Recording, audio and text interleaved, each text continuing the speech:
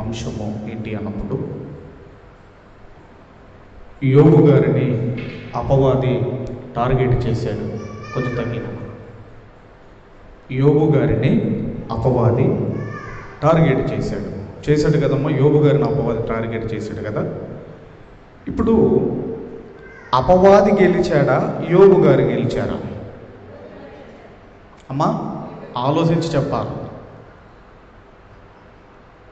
పెద్దలు కానివ్వండి, మీరందరూ కూడా ఆలోచించి చెప్పాలి.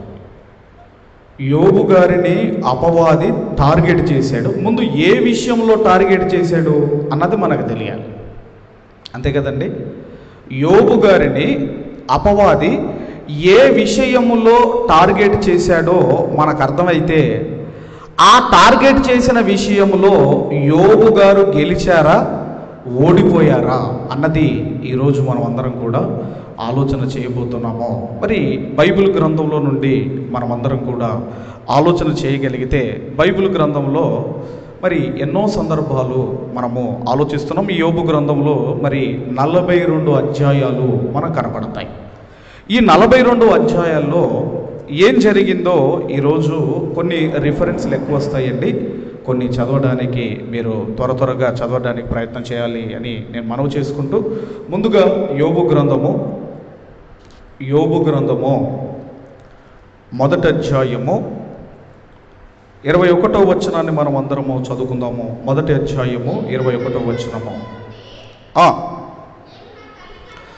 నేను నా తల్లి గర్భములో నుండి దిగంబరినై వచ్చి తిని, దిగంబరినై అక్కడికి వెళ్ళెదను.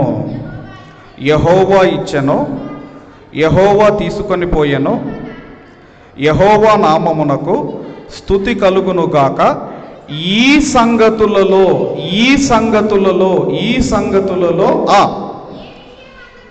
ఏ విషయమందును యోబు ఏ పాపమును చెయ్యలేదు, దేవుడు అన్యాయము చేసెనని చెప్పలేదు.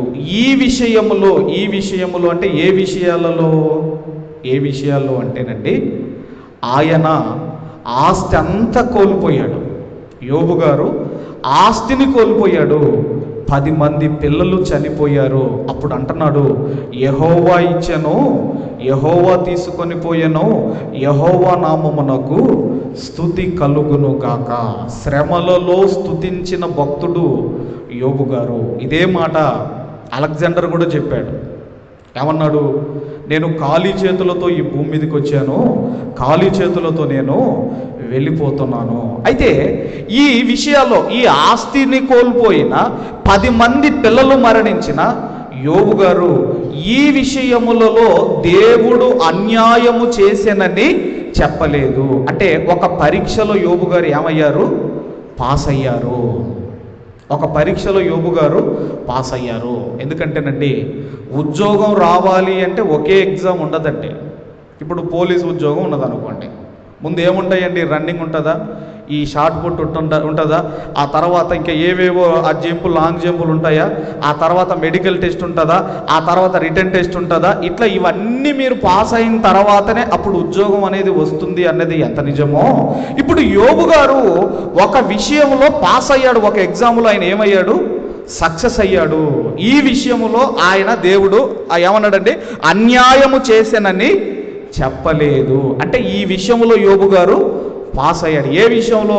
ఆస్తి పోయినా, పిల్లలు పోయినా, యెహోవా ఇచ్చని, యెహోవా తీసుకొని పోయాను, యెహోవా నామమునకు స్తుతి కలుగును గాక అన్నాడు. ఇక రెండో ఎగ్జామ్లోనికి మనం వెళ్ళగలిగితే 2వ అధ్యాయము 6వ వచనము నుండి మనము చదువుకుందాము.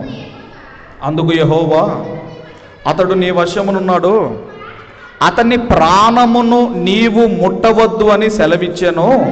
కాబట్టి అపవాది యెహోవా సన్నిధి నుండి బయలువెళ్ళి అరికాలు మొదలుకొని నడినెత్తి వరకు బాధగల కురుపులతో యోబును మొత్తెను. అతడు ఒళ్ళుగోక్కునుటకై చిల్లపెంక తీసుకొని బూడిదలో కూర్చుండగా, ఇక అతని గోక్కోవడానికి అతని గోర్లు సరిపోక చిల్లు పెంకతో కురుపులను గోక్కుంటుంటే ఎలా ఉంటుంది మీరు ఆలోచించండి. అలాంటి పరిస్థితుల్లో ఆ బాధ చూడలేక ఇప్పుడు యోబు గారు భార్య వచ్చి ఏమంటుందండి? అతని భార్య వచ్చి,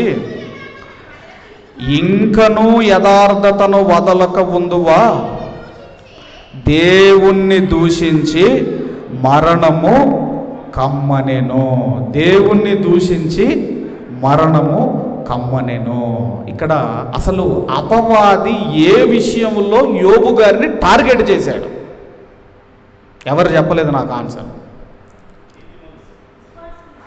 అపవాదిని యోబు గారు ఏ విషయంలో టార్గెట్ చేశారు? ఇప్పుడు భార్య వచ్చి అంటుంది, ఏమంటుందంటే, నీకు ఇలాంటి పరిస్థితి వచ్చినప్పుడు ఆ దేవుణ్ణి దూషించి మరణము కమ్ము, దేవుణ్ణి దూషించి మరణము కమ్ము అని చెబుతా ఉంది. కాబట్టి ఏ విషయంలో యోబు గారిని అపవాది టార్గెట్ చేశాడు? యోబు గారిని ఏ విషయంలో టార్గెట్ చేశాడు అంటే, మొదటి అధ్యాయము, దయచేసి మొదటి అధ్యాయము మనమందరము కూడా దయచేసి 11వ వచనము, 10వ వచనం నుంచి చదువుకుందాం. 10వ వచనం.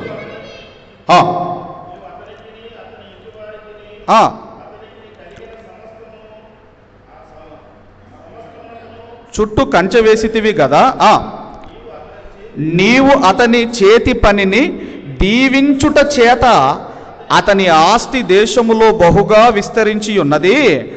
అయినను నీవు ఇప్పుడు నీ చెయ్యి చాపి అతనికి కలిగిన సమస్తమును మొత్తిన ఎడల అతడు నీ ముఖము ఎదుటనే దూషించి నిన్ను విడిచిపోవునని యెహోవాతో అనగా.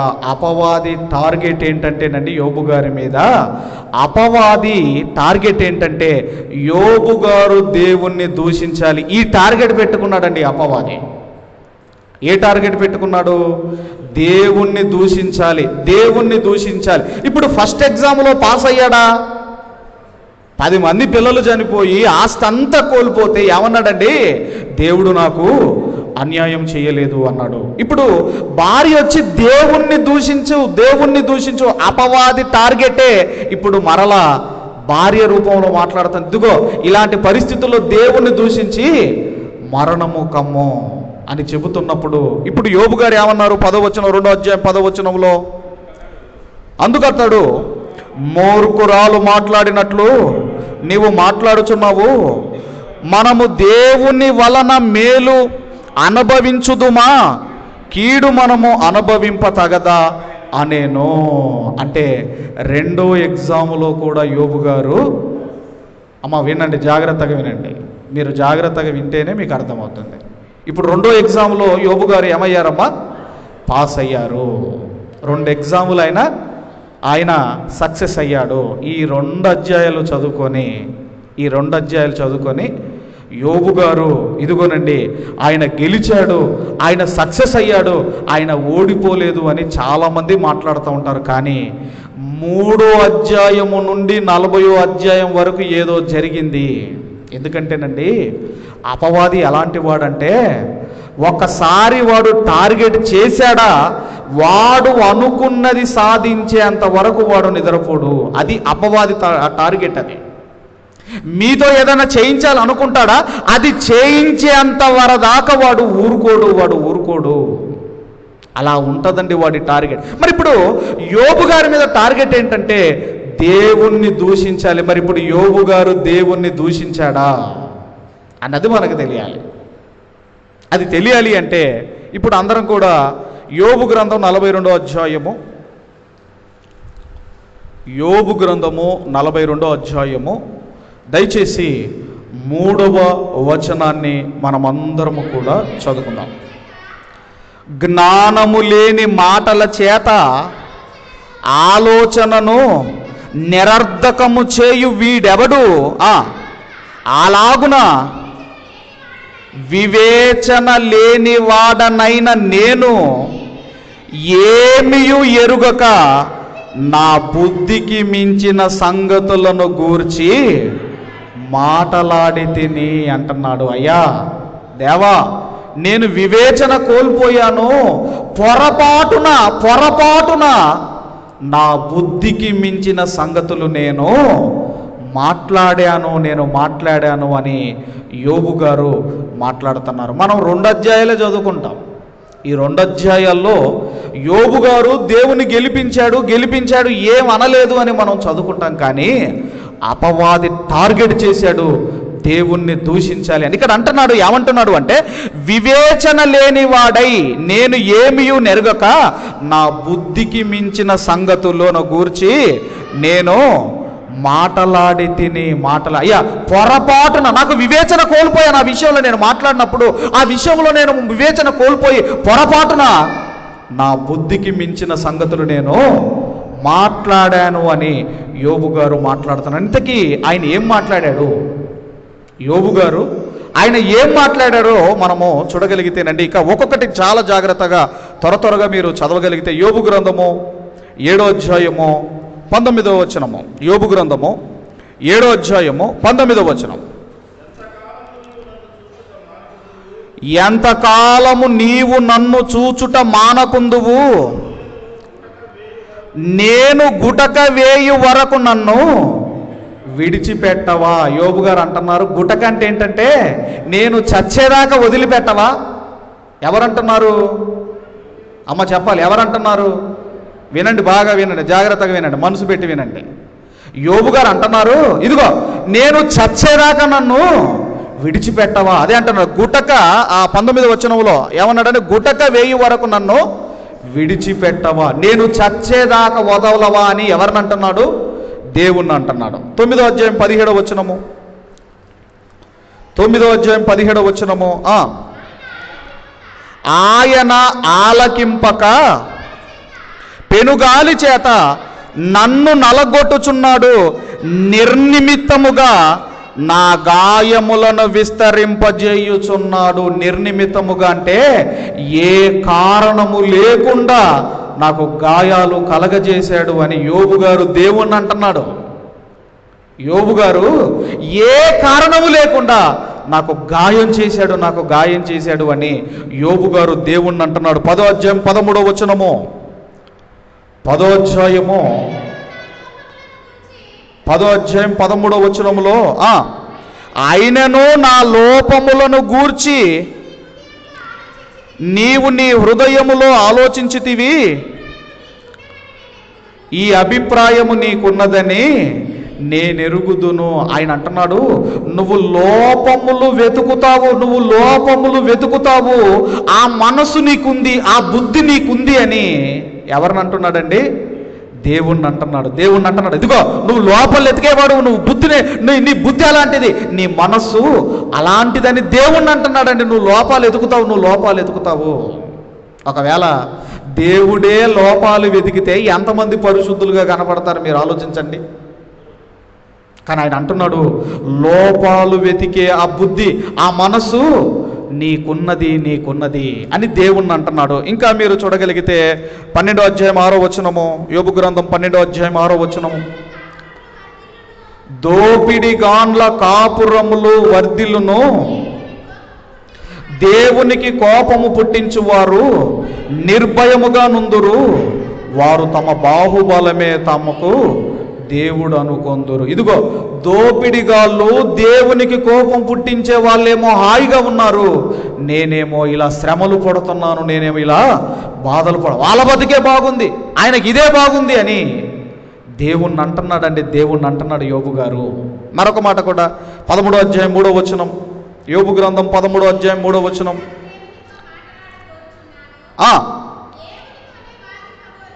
దేవునితోనే వాదింపగోరుచున్నాను, నేను వాదిస్తాను దేవునితోనే, నేను ఏం తప్పు చేశానని, నాకు ఇంత కష్టాన్ని పెట్టాడు, ఇంత శ్రమలు నాకు ఇచ్చాడు దేవుడు అని నేను దేవునితో వాదించాలనుకుంటున్నాను, దేవునితో నేను వాదించాలి అనుకుంటున్నాను. అందుకేనండి ఎప్పటి వరకు 2వ అధ్యాయం వరకు యోబు గారు బాగున్నారు.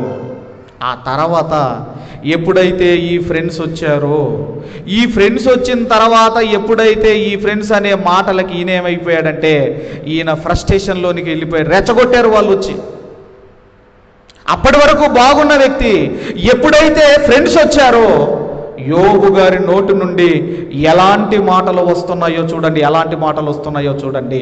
తర్వాత 26వ వచనం, అదే అధ్యాయము 26వ వచనము, అదే అధ్యాయం 26వ వచనము, 13వ అధ్యాయం 26వ వచనము.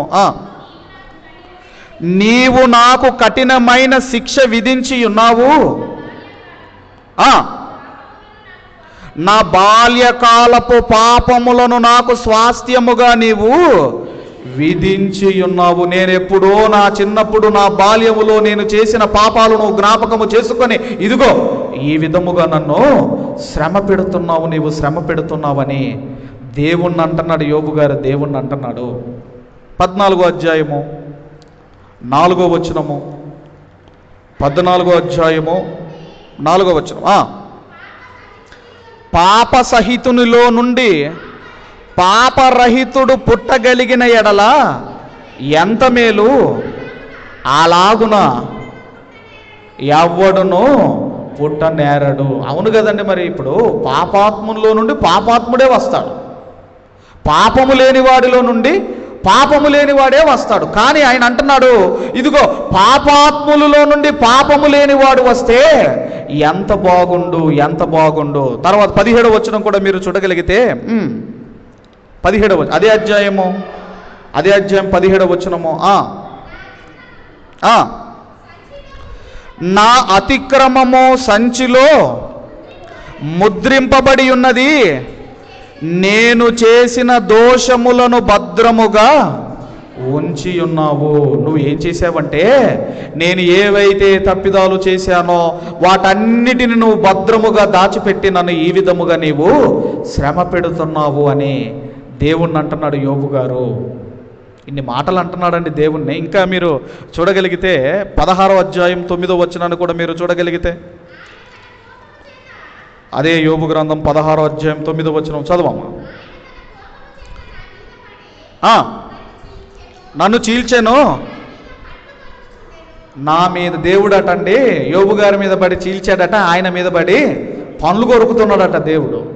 ఇప్పుడు అదే అధ్యాయంలో 12వ వచనం కూడా చూడండి. 12వ వచనము, నేను నెమ్మదిగా నుంటిని, అయితే ఆయన నన్ను ముక్క చెక్కలుగా చేసి ఉన్నాడు.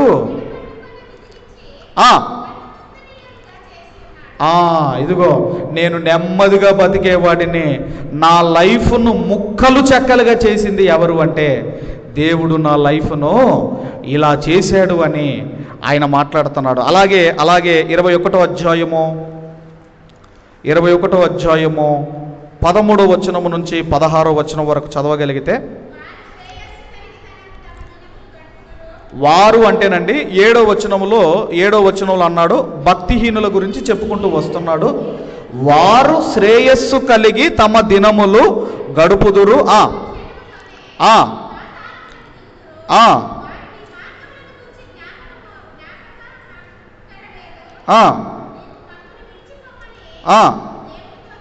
చెప్పుదురు, మేము ఆయనను సేవించుటకు సర్వశక్తి గలవాడు ఎవడు, మేము ఆయనను గురించి ప్రార్థన చేయుట మాకేమి లాభం అని వారు చెప్పుదురు.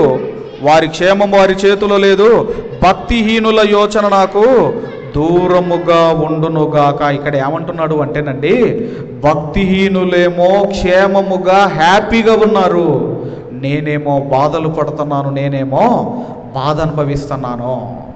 భక్తిహీనులు శ్రేయస్సు కలిగి తమ దినములు గడుపుతున్నారు, నేనేమో బాధపడుతున్నాను, నేను వాళ్ళ బ్రతికే బాగుంది, వాళ్ళ లైఫే బాగుంది అని యోబు గారు మాట్లాడుతున్నారు. 24వ అధ్యాయము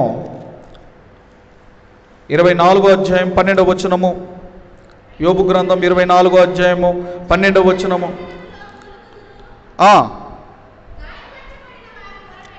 మొరపెట్టుదురు, ఆయనను జరుగునది అతిక్రమం అని దేవుడట ఎంచడటండి. ఇంతకీ ఎందుకు ఈ మాట అంటున్నాడంటే, మొదటి 2 వచనాలు మీరు చూడగలిగితే, 2-3 వచనాలు, అదే అధ్యాయము 2-3 వచనాలు మీరు చూడగలిగితే, కలరు చేసి మందను ఆక్రమించుకొని వాటిని మేపుదురు, తండ్రి లేని వారి ఆ, ఆ, ఆ, ఆ.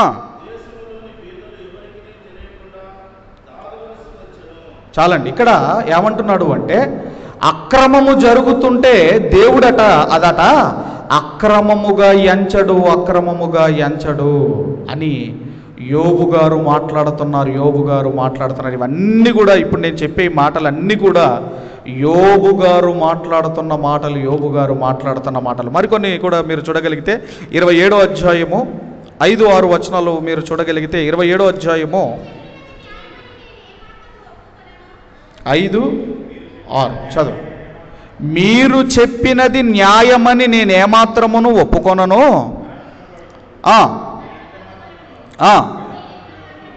యథార్థతను విడవను, నా నీతిని విడవక నా ప్రవర్తన అంతటి విషయంలో నా హృదయము నన్ను నిందింపదు. ఆయన అంటున్నాడు, ఇదిగో ఏది వచ్చినా నేను మాత్రము యథార్థతను విడవను, యథార్థతను నేను విడవను. 30వ అధ్యాయము 17వ వచనం కూడా మీరు చూడగలిగితే, 30వ అధ్యాయము 17వ వచనము కూడా మీరు చూడగలిగితే, రాత్రి వేళను నా ఎముకలు నాలో విరగొట్టబడుచున్నట్టున్నవి,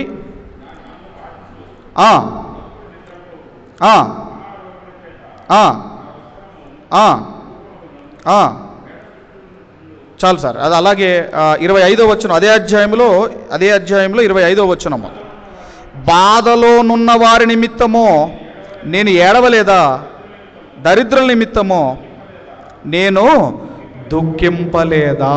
ఇవన్నీ కూడా ఇప్పుడు మీరు చదివిన ఈ వచనాలు, ఈ మాటలన్నీ కూడా యోబు గారు మాట్లాడిన మాటలు. యోబు గారు మాట్లాడిన మాటలు. యోబు గారు దేవుణ్ణి ఎన్ని అనాలో అన్ని అనేశాడండి. ఆయన ఏదో తప్పు చేశాడు, తప్పుగా మాట్లాడి నేను అనటం లేదు. యోబు గారు దేవుణ్ణి ఎన్ని మాటలు అనాలో అన్ని మాటలు అనేశాడు. ఎందుకన్నాడు ఇన్ని మాటలు?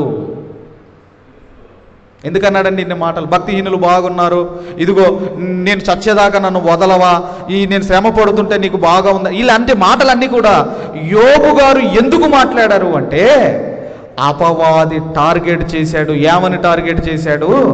యోబు దేవుణ్ణి దూషించాలి, యోబు గారు దేవుణ్ణి దూషించాలి. అందుకే ఆయన 40వ అధ్యాయం 2వ వచనములో 40వ అధ్యాయం 2వ వచనములో 40వ అధ్యాయం 2వ వచనము 42 చదవమ్మా. ఆక్షేపణలు చేయజూచువాడు సర్వశక్తుడకు దేవునితో వాదించవచ్చునా? దేవునితో వాదించువాడు ఇప్పుడు ప్రత్యుత్తరం ఇవ్వవలని ఆయన అంటున్నాడు. నేను దేవునితో వాదిస్తాను, నేను దేవునితో వాదిస్తాను. ఇవన్నీ మాట్లాడాడండి దేవుణ్ణి. అప్పుడు ఆయన అన్నాడు, ఎప్పుడైతే దేవుడు ఇక యోబు గారితో మాట్లాడుతున్నాడో అప్పుడు యోబు గారు అన్నారు, అయ్యా వివేచన లేనివాడై పొరపాటున నా బుద్ధికి మించిన మాటలు నేను అన్నాను, నాది పొరపాటే అని యోబు గారు 42వ అధ్యాయము 3వ వచనములో ఆయన ఒప్పుకుంటున్నాడు. 42వ అధ్యాయము 3వ వచనం, జ్ఞానము లేని మాటల చేత ఆలోచనను నిరర్ధకము చేయుచున్న వీడెవడు? అలాగున వివేచన లేని వాడనైన నేను ఏమియూ నెరగక నా బుద్ధికి మించిన సంగతులను గూర్చి మాటలాడి తిని. కాబట్టి అపవాది టార్గెట్ చేశాడు, దేవుణ్ణి ఎన్ని మాటలు అనాలో అన్ని మాటలు అనేశాడు. కాబట్టి మనం కూడా ఆలోచన చేయగలిగితే యోబు గారు 2 అధ్యాయాల వరకు బాగున్నాడు, 2 అధ్యాయాల వరకు బాగున్నాడు. ఎప్పుడైతే ఈ ఫ్రెండ్స్ వచ్చారో వీళ్ళు ఈ యోబు గ్రంథం అంతా మీరు చదవండి, వాళ్ళు రెచ్చగొట్టారు యోబు గారిని. యోబు, ఇన్ని శ్రమలు నీకు వచ్చాయంటే నువ్వు ఏదో పాపం చేశావు, నువ్వేదో అన్యాయం చేశావు, నువ్వేదో అక్రమం చేశావు, లేకపోతే నీకు ఇలా ఎందుకు జరుగుతుంది అని ఆయనను రెచ్చగొట్టేసరికి దేవుణ్ణి ఎన్ని మాటలు అనాలో అన్ని మాటలు అనేశాడు.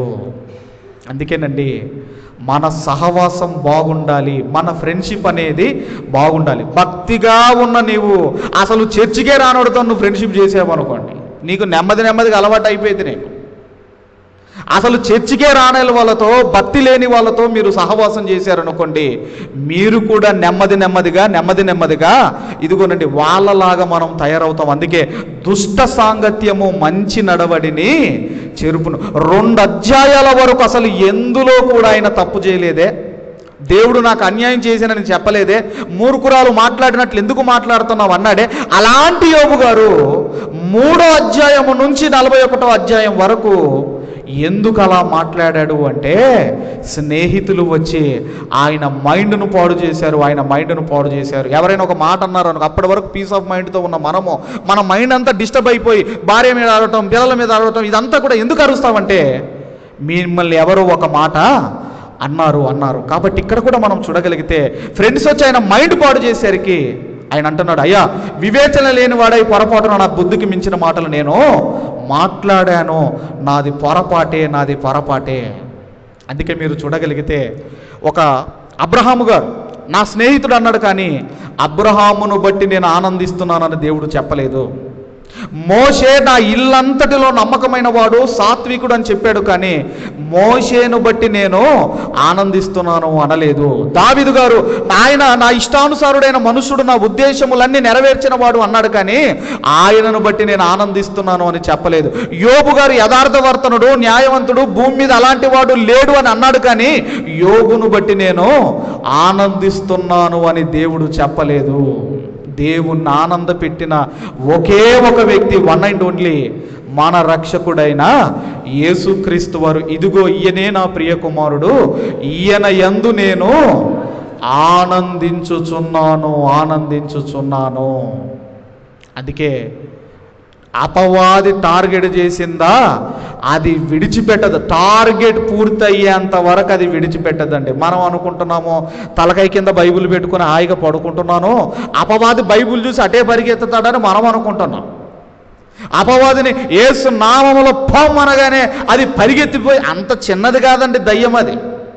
యేసు ప్రభు అనే లాక్కొని వెళ్ళిపోయి శిఖరం మీదకి తీసుకొని వెళ్ళిందంటే, ఒక యేసు ప్రభు ఏ పాపము చేయని ఆయననే లాక్కొని శిఖరం మీదకి తీసుకొని వెళ్ళి దూకమని చెప్పిందంటే, ఇక మనం ఏమాత్రం మీరు ఆలోచించండి.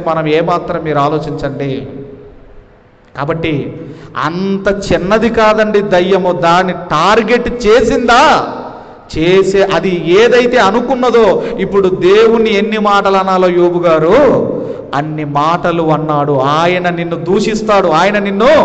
దూషిస్తాడు. చివరిగా మనం ఏమి నేర్చుకోవాలో చూడగలిగితే, మొదటి పేతురు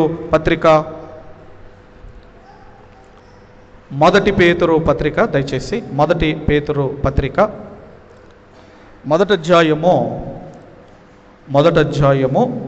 6వ వచనము నుండి మనము చదువుకుందాం. 6వ వచనం చదవండి సార్. ఇందువలన మీరు మిక్కిలి ఆనందించుచున్నారు గాని అవసరమును బట్టి నానా విధములైన శోధనల చేత ప్రస్తుతమున కొంచెము కాలము మీకు దుఃఖము కలుగుచున్నది. కొంచెము కాలము ఈ దుఃఖము కలిగినప్పుడు ఆ మొదటి శతాబ్దములో ఉన్న క్రైస్తవులట ఆనందిస్తున్నారు, కృంగిపోవటము లేదండి. శ్రమలు వచ్చినప్పుడు దేవా దీన్ని తట్టుకునే శక్తి నాకు ఇమ్మని దేవుని మనం ప్రార్థన చేయాలి.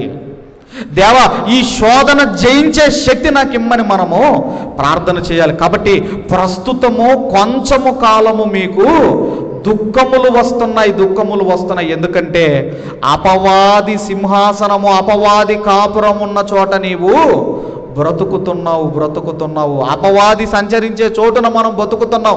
దేవుని పిల్లలు వాడు ఎలా నెమ్మదిగా బ్రతకనిస్తాడు, వాడు నెమ్మదిగా ఎలా ఉండనిస్తాడు? కాబట్టి కొంచెము కాలము మనకు దుఃఖము కలుగుతుంది.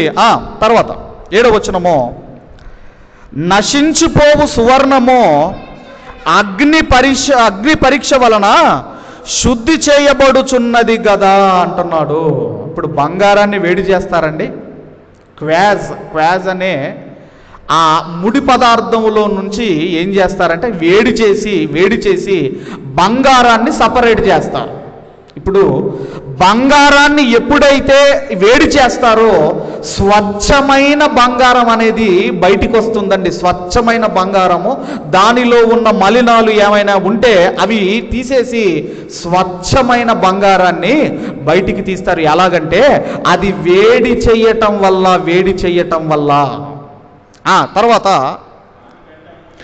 దానికంటే అమూల్యమైన మీ విశ్వాసము ఈ శోధనల చేత పరీక్షకు నిలిచినదై యేసుక్రీస్తు ప్రత్యక్షమైనప్పుడు మీకు మెప్పును మహిమయు ఘనతయు కలుగుటకు కారణమగును. అక్కడ అంటున్నాడు, ఏమంటున్నాడు అంటేనండి, ఈ శోధనల చేత పరీక్షకు నిలిచినదై. కాబట్టి ఈ పరీక్ష మీరు గెలిస్తే, యోబు గారు 2 పరీక్షలు పాస్ అయ్యాడు. మనకు కూడా మన జీవితంలో వచ్చే ఈ పరీక్ష గనక మీరు పాస్ అయితే అంటున్నాడు, మహిమయు ఘనతయు కలుగుటకు మీకు కారణమవుతుంది. కాబట్టి మనం ఆలోచన చేయగలిగితే, అలాగని యోబు గారు తప్పు మాట్లాడాడని కాదు. ఆయన కూడా అన్నాడు, శోధించబడిన తర్వాత నేను సువర్ణముగా మారతాను. అంటే దాని అర్థం ఏంటంటే, శోధించక మునుపు ఆయన బంగారమే, శోధించిన తర్వాత కూడా ఆయన బంగారం. ఇప్పుడు బంగారాన్ని గాలిస్తే బంగారం వస్తుంది కానీ ఇనుము వస్తుందమ్మా? ఏమొస్తుందండి? అందుకే అంటున్నాడు, శోధించబడిన తర్వాత నేను సువర్ణముగా మారుతాను. కాబట్టి అపవాది వాడు ఎలాంటి వాడంటే, మొదటి మానవులైన ఆదాము వల్లనే బోల్తా కొట్టించిన వాడు. మరి అలాంటిది ఈరోజు చెప్పుకుంటున్నారు, దయ్యాలు వెళ్ళగొడుతున్నావు. ఎక్కడికి వెళ్తున్నాయి దయ్యాలు? ఏ దయ్యాలు వెళ్తున్నాయి? ఏదో పొమ్మనగానే ఎక్కడికి అది పోయేది. కాబట్టి అంత చిన్నగా ఊహించుకోకండి. దయ్యం అంటే యేసుక్రీస్తు వారిని శిఖరం మీదికి తీసుకొని వెళ్ళిందంటే మీరు ఆలోచించండి దాని పవర్ ఎంత ఉందో. ఈ లోక అధికారాలన్నీ కూడా దానికి అనుగ్రహించబడి ఉన్నది అని మనం చదువుకుంటాం. కాబట్టి అపవాది టార్గెట్, వాడు ఏదైతే చేశాడో వాడు అనుకున్నది సాధిస్తాడు. కాబట్టి ఆ పరీక్షలో దేవుణ్ణి మనము గెలిపించి మహిమ ఘనత మనం పొందుకోవాలని కోరుకుంటూ ఈ మాటలు ముగిస్తున్నాను. దేవుడు మనందరిని దీవించి ఆశీర్వదించును గాక. ఆమేన్.